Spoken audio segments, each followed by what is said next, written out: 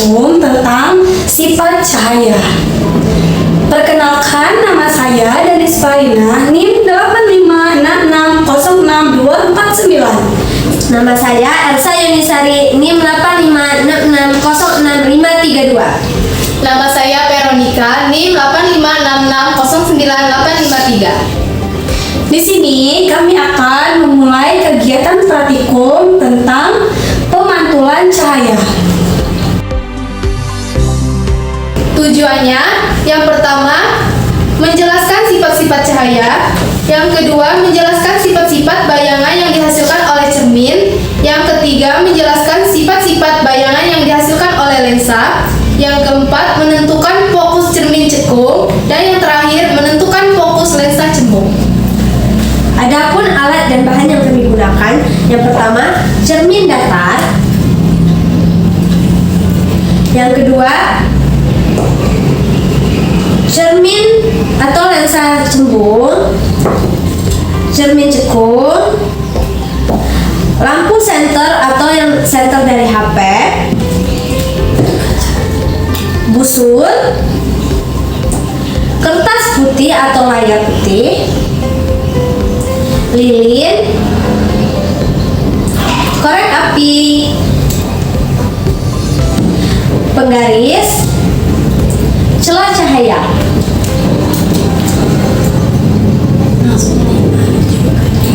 Untuk pertama, kami akan melakukan percobaan yang pertama, yaitu pemantulan cahaya pada cermin datar.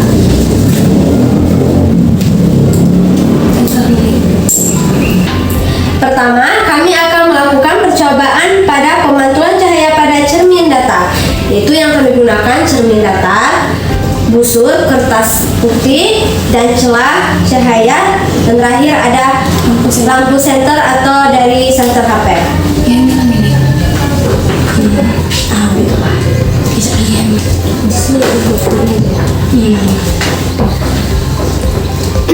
Kami akan meletakkan celah di antara tengah-tengah antara senter atau sumber cahaya dan cermin datar. Di sini terlihat pantulannya pada 90 derajat. Setelah kita akan membuat pemantulannya pada 30 derajat.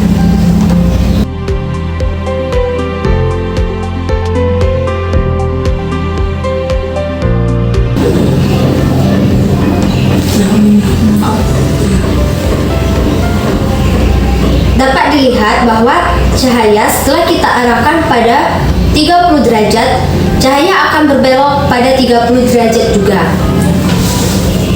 Dapat dilihat.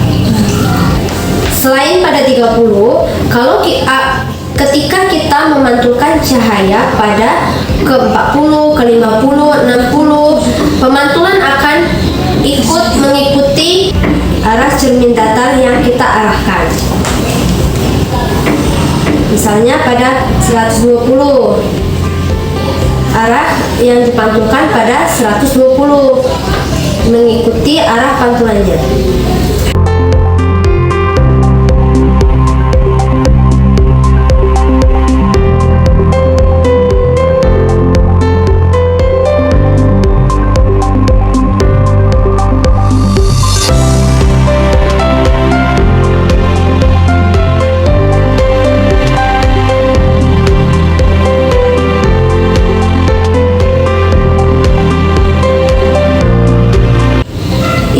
Tadi percobaan pada pemantulan cahaya pada cermin datar.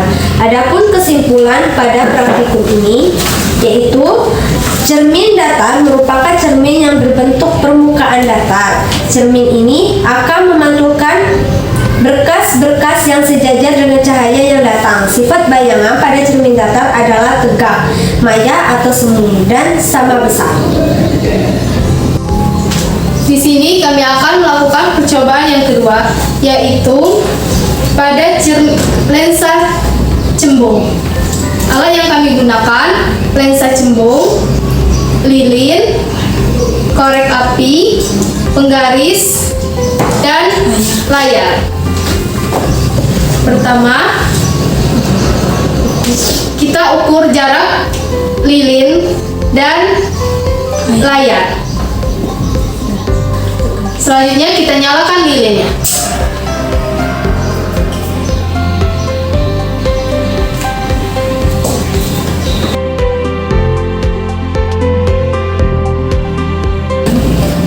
Lalu kita taruh di antara lilin dan kertas layar.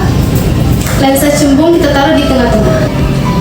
Permukaan yang melengkung keluar dan bekerja dengan mengumpulkan sinar cahaya, sehingga sinar yang sejajar sumbu utama akan dibiaskan melalui titik fokus. Bayangan yang berbentuk bisa nyata atau maya, tergantung posisi benda, dan bisa diperbesar atau diperkecil.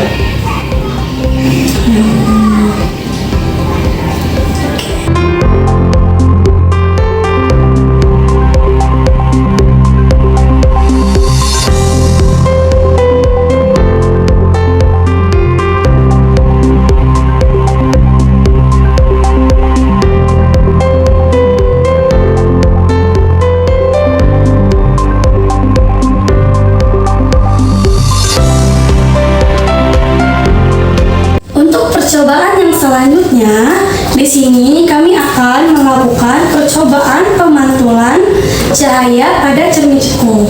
Di sini sudah kami siapkan cermin cekung yang akan saya beri pantulan dan melalui belakang lilin atau cahaya lilin. Seperti ini. Kita pantulkan ke kertas layar putih.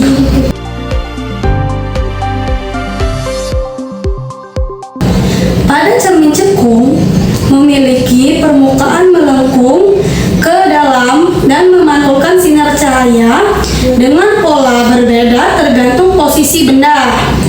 Jika benda dekat dengan cermin, bayangan yang terbentuk maya dan diperbesar, sedangkan jika benda jauh melewati titik fokus, maka bayangan nyata dan berbalik.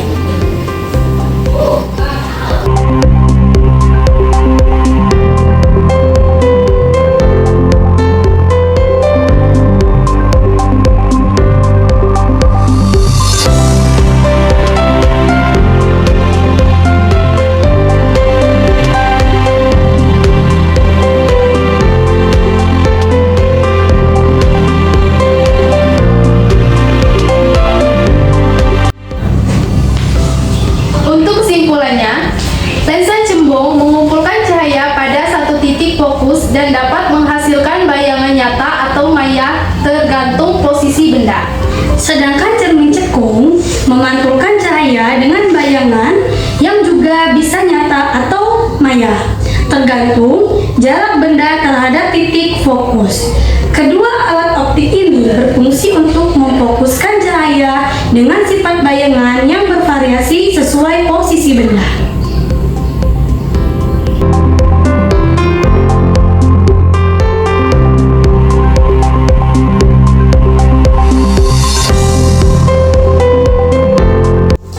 Untuk kegiatan praktikum selanjutnya, kami akan melakukan percobaan Pembiasan cahaya.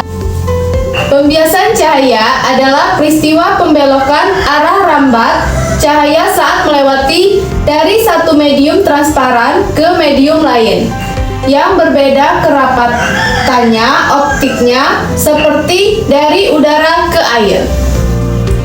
Langkah pertama, di sini kami sudah menyiapkan gelas yang sudah berisi air. Selanjutnya, kami akan meletakkan pensil ke dalam gelas.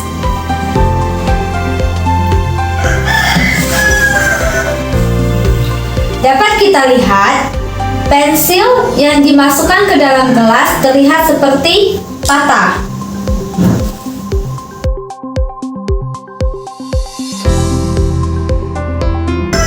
Hal tersebut karena sifat cahaya, yaitu cahaya dapat dibiaskan dan akan mengalami refleksi.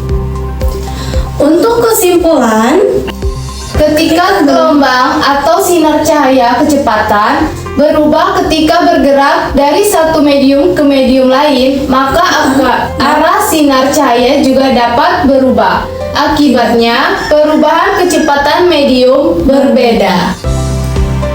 untuk percobaan yang berikutnya, di sini kami akan melakukan pembiasan cahaya pada balok kaca.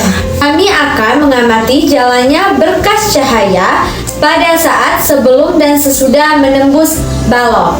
Sehingga tampak sudut datang dan sudut bias. Di situ terlihat cahaya yang datang dari sudut datang menembus ke balok kaca.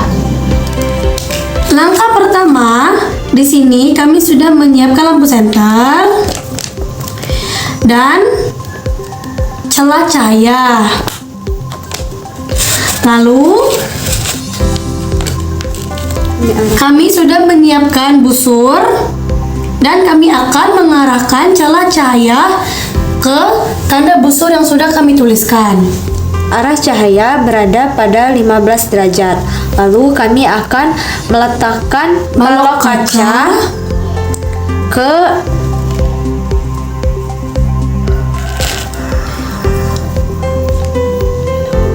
ke-15 ke antara Sudut datangnya dari 15 derajat, sedangkan sudut biasnya mengarah ke 10 derajat.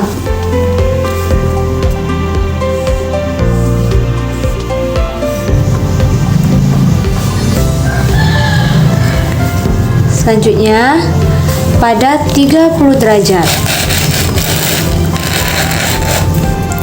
Lalu kami akan meletakkan kembali balok kaca pada tengah-tengahnya.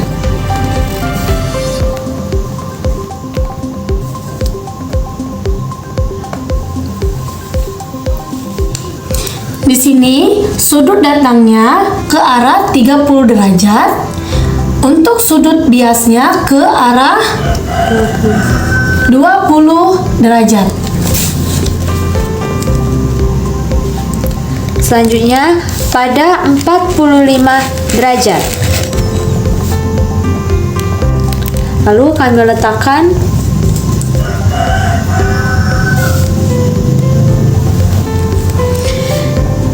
di sini bisa dilihat sudut datangnya ke arah 45 derajat, sedangkan sudut biasnya mengarah ke 35 derajat.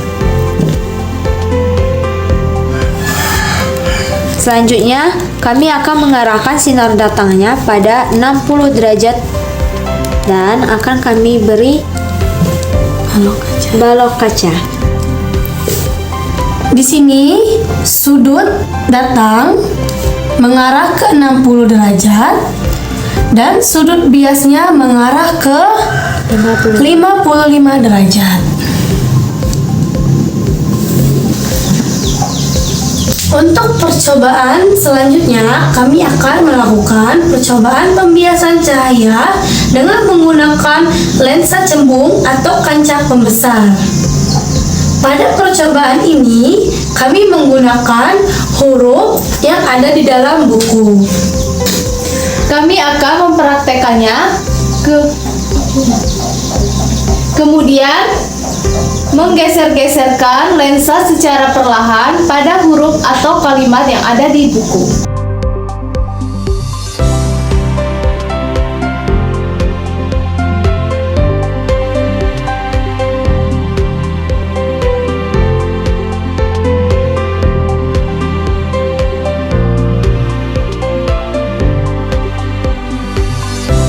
Di sini terlihat sifat cahaya yaitu nyata, tegak, dan diperbesar.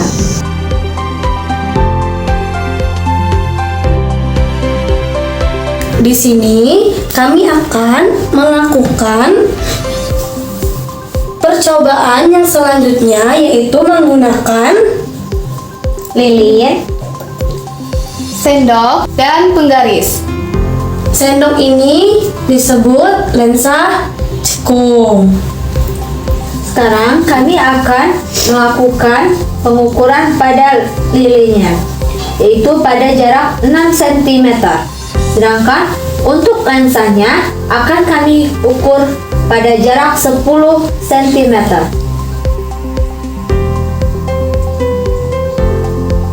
Di sini, pada lensa cekung, bayangan terbentuk di depan lensa, yaitu pada sisi yang sama dengan benda.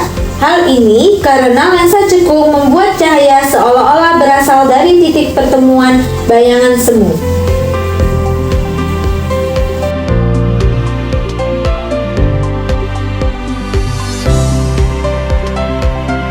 Selanjutnya yaitu pada lilin berjarak 5 cm, sedangkan untuk lensanya pada jarak 15 cm. Di sini, bayangan yang terbentuk tidak terbalik, tetapi tegak seperti posisi benda aslinya. Ini adalah salah satu ciri khas lensa cekung.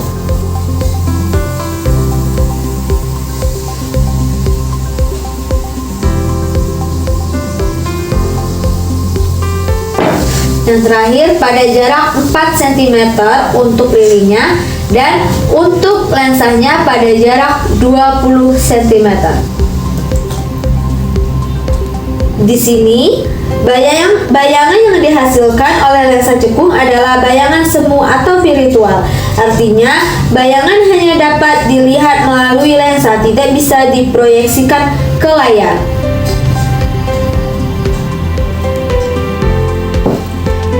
Pada lensa cekung, ukuran bayangan lebih kecil daripada benda. Semakin jauh benda dari lensa, bayangan justru semakin mengecil.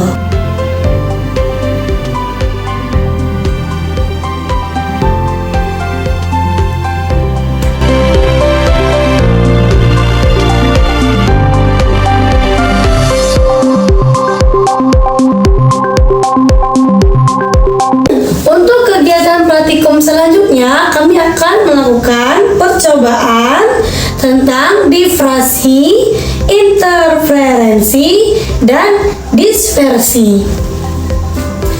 Percobaan pertama pada difraksi. Di sini, kami sudah menyiapkan lampu senter dan kaset CD. Lalu, pada saat permukaan kaset CD disinari oleh senter, akan memantulkan warna pelangi pada dinding.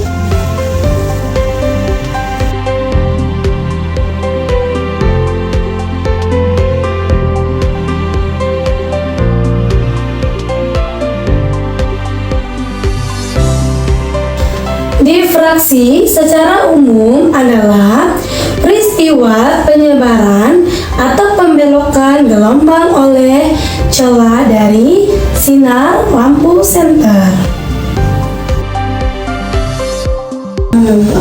Percobaan selanjutnya adalah percobaan interferensi. Pada saat kaset disinari oleh permukaan bawah CD atau kaset, memunculkan warna pelangi yang terdapat pada bawah CD yang disebutkan sebagai peristiwa interferensi. Interferensi secara umum adalah peristiwa penggabungan dua gelombang cahaya atau lebih akibat celah ganda yang saling bertabrakan.